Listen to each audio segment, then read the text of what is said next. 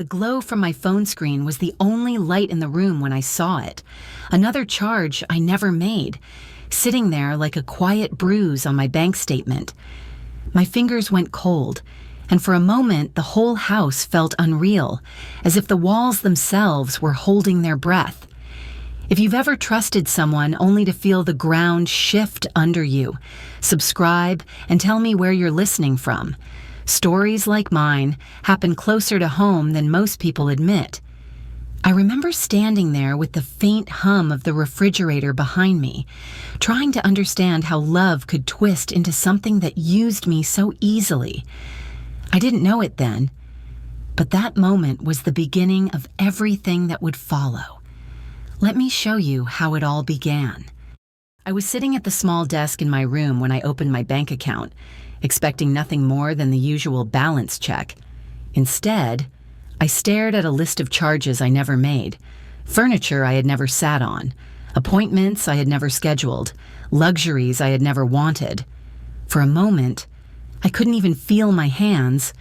It was as if the air tightened around me, holding my breath still. My name is Marilyn Conrad. I'm 68 years old, a widow who once believed she understood the people closest to her. I thought I had already faced the hardest loss of my life when my husband passed, but nothing prepared me for this kind of quiet betrayal, one carried out in the same house where I folded laundry and cooked meals for people I loved. I didn't shout. I didn't storm through the hallway. I just sat there, letting the truth settle the way dust does when sunlight hits it, slow and undeniable. Something inside me shifted, not loud, not dramatic, but final. And as I stared at those charges, I knew this moment didn't appear out of nowhere. It had a beginning, a long, winding trail that brought me into their home and, eventually, to this very desk. That's where the story truly starts.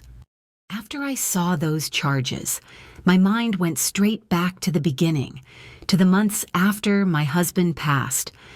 I was still living in our little house in Pueblo then, the one we spent almost 4 decades filling with routines and laughter and all the quiet parts of marriage no one warns you you'll miss. When he was gone, the house didn't feel like home anymore. It felt hollow, like the walls were holding their breath. I tried to make it work, tried to fill the silence with hobbies and phone calls, but the emptiness settled deeper each week. Around that time, my son Ryan and his wife Lena were expecting their second child in Denver. They were outgrowing their 2-bedroom place, juggling work and daycare, trying to figure out how to afford something bigger. When Ryan mentioned that they were looking at a house but falling short on the down payment, I remember feeling this pull in my chest, a mix of longing and purpose. I had sold my own home by then, and the idea of contributing about $12,000 felt less like giving money and more like giving all of us a chance to feel closer again. When they asked if I'd consider moving in for a while, it felt like a door opening. I imagined helping with the kids, cooking Sunday dinners, filling a home with noise instead of silence. I told myself this could be my next chapter, softer and less lonely than the one before. I truly believed stepping into their home meant stepping toward belonging again. Those first weeks in their home felt like stepping into warm light after a long winter. I unpacked my things slowly, placing framed photos on the dresser, folding my sweaters into the drawers Ryan had cleared for me. The house was full of movement and laughter, especially in the evenings when the kids ran through the hallway with their toys. I remember feeling a kind of gentle purpose again, something I had not felt since losing my husband. I cooked Sunday dinners the way I used to, letting the smell of roasted chicken and herbs fill the kitchen. Lena would lean on the counter while I stirred the gravy, and for a moment I felt like part of something steady and familiar. The little ones would climb into my lap with their picture books, and I would breathe in the sweetness of their hair, grateful for the simple closeness. I spent time reorganizing my room, choosing soft colors and rearranging the furniture so it felt like my own small sanctuary. I told myself I was building a new chapter, one held together by family and routine. I even caught myself imagining holidays that felt full again, mornings where coffee and conversation replaced the emptiness I once woke up to. Still, there were tiny moments that unsettled me. A quick silence at the table, a distant look I pretended not to notice. I convinced myself they were nothing. That warmth this gentle would hold. I didn't realize how it could fade. The warmth of those early weeks softened slowly, almost quietly, in ways I didn't recognize at first. It began with tiny shifts that felt harmless on the surface. One afternoon, I opened the pantry to put away some tea, and I noticed a small label on the lowest shelf with my name on it. It wasn't unfriendly, but it nudged me into a smaller corner of the house. I told myself it was just organization, nothing more. Yet something in my chest tightened. Not long after that, I remember thinking how nice it would be to have an old friend from Pueblo stop by for an hour. When I mentioned it in passing, the response wasn't unkind, but it carried an edge that made me feel like I had overstepped. I was told it would be better if I gave notice ahead of time, as if my presence came with conditions I hadn't known existed. I tried to brush it off, reassuring myself that every household had its rhythms. Then came the quiet rule about the kitchen. After 7 p.m., the lights dimmed. The space felt closed, and even the softest noise felt intrusive. One evening, I walked in just to make tea, and the room fell silent in a way that made me shrink back. I felt as if I had wandered into a place I didn't have the right to enter. Little by little, doubt crept in. I wondered if I was imagining things, if my grief made me overly sensitive, but each small sign added weight to the next. By the time I found myself avoiding the kitchen altogether, I knew this wasn't just in my head. Something real was shifting, and it was pushing me toward a loneliness I hadn't expected. Here is the full section again, exactly 300 words. The warmth of those early weeks softened slowly, almost quietly, in ways I didn't recognize at first. It started as a faint shift in the air, the kind you only notice once it becomes hard to ignore. The first moment was simple. I opened the pantry to put away some oatmeal, and there it was, a small label with my name, placed neatly on the lowest shelf. It felt practical, but it also felt like a boundary drawn in thin marker. I told myself it was nothing, yet it lingered with me longer than it should have. A few days later, I mentioned wanting to have an old friend stop by for a short visit. The response wasn't sharp, but it carried a stiffness that made my stomach twist. I was told it would be better if I gave advance notice next time. That phrase sat with me, heavy in its politeness, as if I had asked for something unreasonable. I tried to convince myself that every home had unspoken rules, and I simply needed time to adjust. Then came the kitchen. After 7 p.m., the house shifted into a quiet I didn't dare disturb. One evening, I stepped in just to make tea, and the stillness that met me was thick enough to feel. I suddenly sensed that my movements, even the smallest ones, felt like interruptions. I backed away, carrying my uncertainty with me down the hall. Soon, the pattern grew familiar. Small signs, small corrections, small spaces where I was gently pushed to the edges. I questioned myself constantly, wondering if loneliness made me oversensitive or if I was truly becoming an outsider in a home I helped build. But the night I avoided the kitchen altogether, I knew something deeper was changing, pulling me slowly toward a colder kind of silence. Late that morning, I was folding laundry in the hallway, listening to the soft hum of the dryer and letting the rhythm steady my thoughts. It was an ordinary moment, almost soothing, until I heard my son in the next room talking about a charge he had covered with my card. The words drifted out casually, light enough to be thrown away, but they hit me with a weight that anchored my feet to the floor.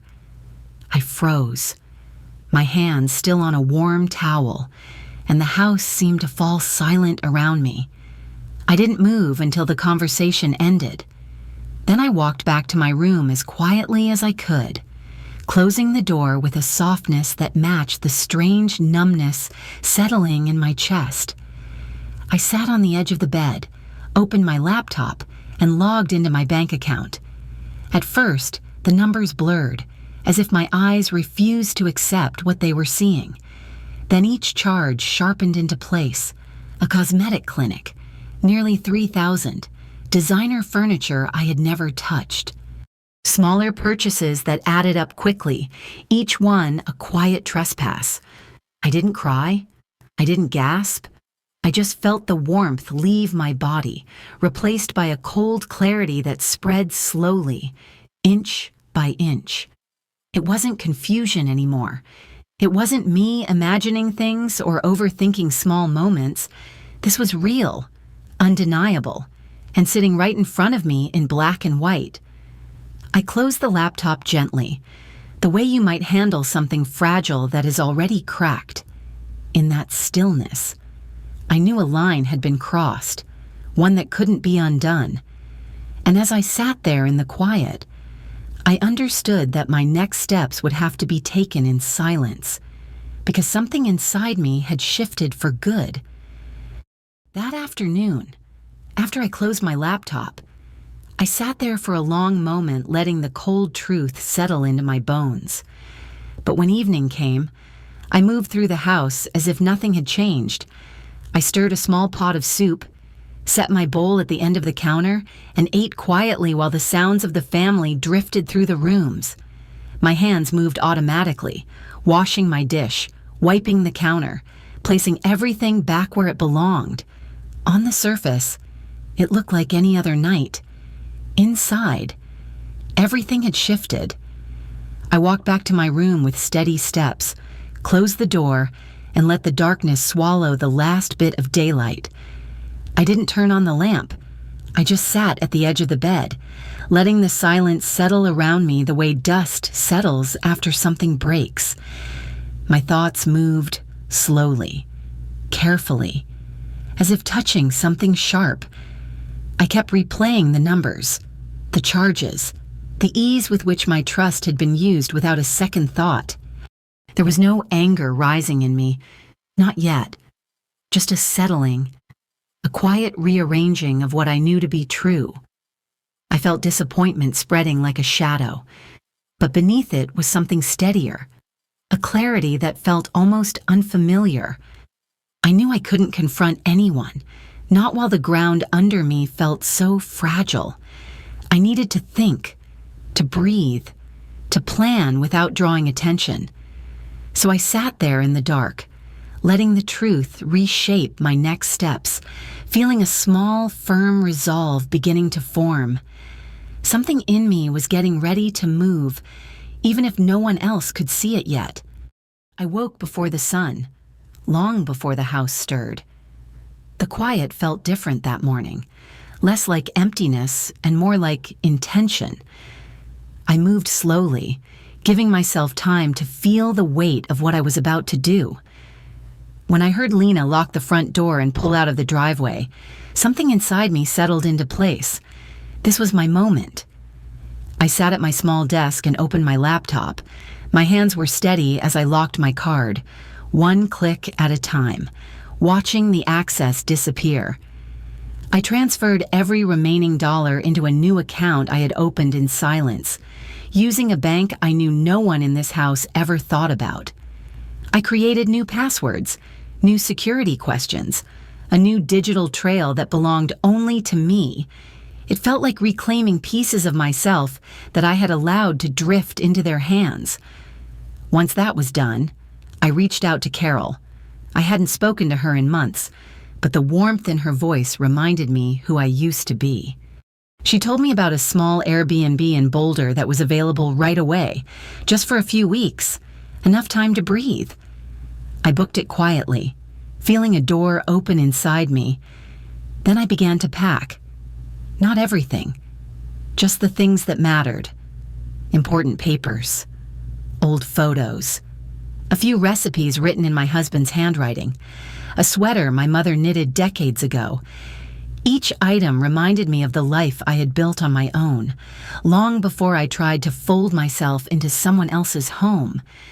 Before closing my bag, I wrote a small note and tucked it into my journal, a simple promise to myself that I was worth more than what had been taken. By the time the afternoon settled in, I felt ready, steady, prepared, already moving toward the life waiting outside those walls. I woke before dawn, long before the first hint of light touched the windows. The house felt hollow in that early hour, held together only by the soft glow of a few nightlights along the hallway. I dressed quietly, moving with a calm I hadn't felt in months, and pulled my suitcase from its corner. The wheels made a low, steady sound on the hardwood floor, a gentle reminder that I was finally moving towards something that belonged to me. As I stepped into the hallway, I paused for a moment, taking in the silence. There was no anger in me, no urge to look back into any of the rooms, just a simple awareness that this chapter had reached its end.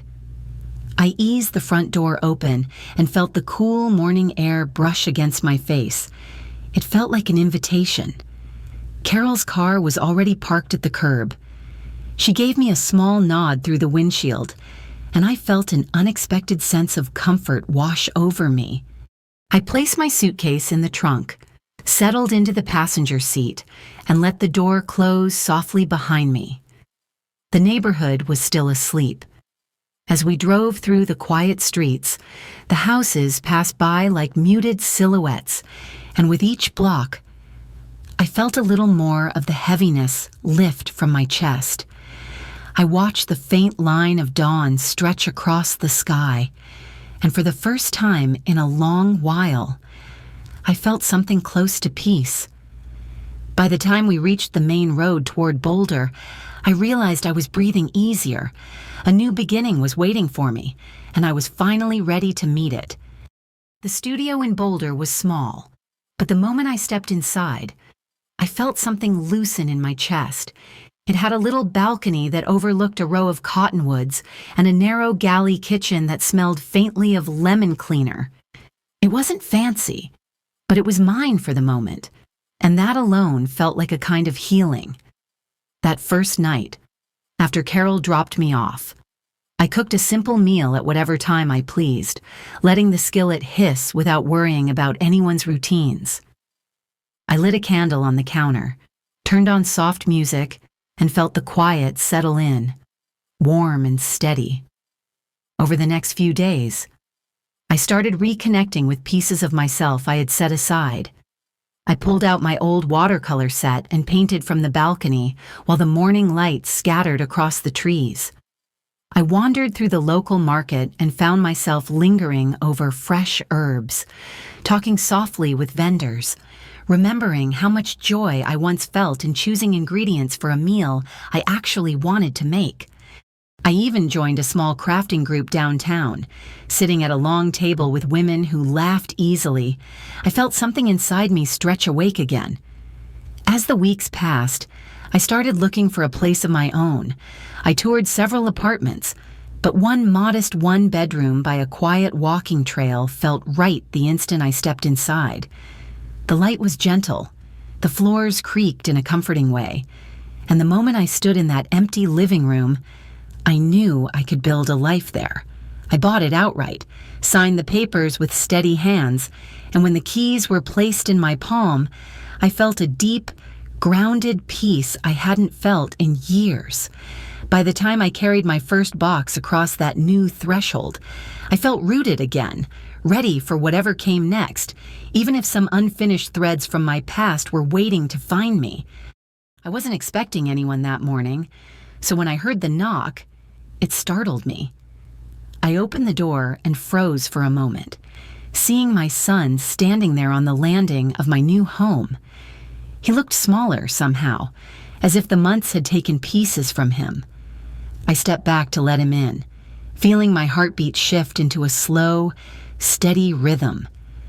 I had built a peaceful life here, and now a piece of my past was suddenly standing in the middle of it.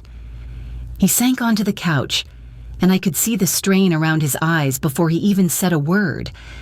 What followed came out in quiet waves, how everything unraveled after I left, how Lena walked out within weeks, how the house felt heavy without me there to soften it.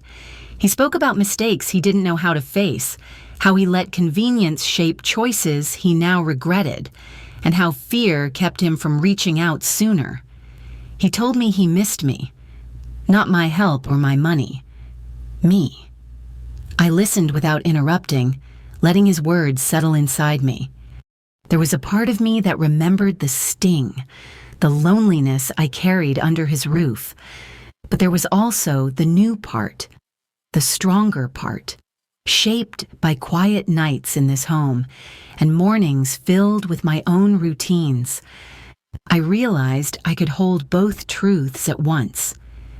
We walked to the little park behind my building, moving slowly along the path lined with cottonwoods. He kept close, not out of obligation, but out of something gentler. I felt him trying, in a way I hadn't seen in years. As we reached the small footbridge, I found myself letting go of the last bit of bitterness. I forgave him, not to step back into the past, but to free us both. And as we turned toward home, I knew we were finally walking toward something honest, something healthier, even if our lives would never quite look the same again. After my son left that afternoon, the apartment settled into its familiar quiet. I sat by the window for a long while, watching the light move across the floor, letting the weight of the visit ease through me. It struck me how far I had come, from the confusion and loneliness in that crowded house to this space where I could finally hear myself think. The hurt he caused had been real, but so was the strength I found when I stepped away. Forgiving him didn't pull me backward. It didn't erase the boundaries I worked so hard to build. It simply made room for something gentler between us, a kind of understanding that didn't require me to sacrifice the life I rebuilt. I realized healing wasn't about fixing the past. It was about choosing what nourished me in the present. This little home, with its creaking floors and morning light, became a place where I learned to trust myself again. I found out that belonging isn't something you earn by shrinking yourself. It's something you create by honoring who you are. And peace doesn't come from being needed. It comes from knowing you deserve to be treated with care, even by the people you love. As I sat there, I felt a quiet gratitude for the journey, even the painful parts, because they led me here, to a life shaped by my own hands, not by someone else's expectations. If you've ever had to walk away to find yourself again, I'd truly like to hear your story. Share it in the comments. I read everyone. Looking back on everything, I'm struck by how quietly a life can change when you finally choose yourself. I walked away from a place where I felt small, and in the space that opened up, I found strength I didn't know I still had. I learned that healing isn't about returning to what broke you. It's about giving yourself room to breathe, to grow, and to remember your own worth. Setting boundaries didn't close my heart. It protected it, and it allowed me to reconnect with the people I love in a healthier way. If you're standing at the edge of a difficult decision, I hope my story reminds you that stepping toward your own peace is never selfish. Sometimes it's the first step toward becoming whole again. I'd love to hear your thoughts or your own experiences. Share them in the comments. I truly appreciate every voice that joins this conversation.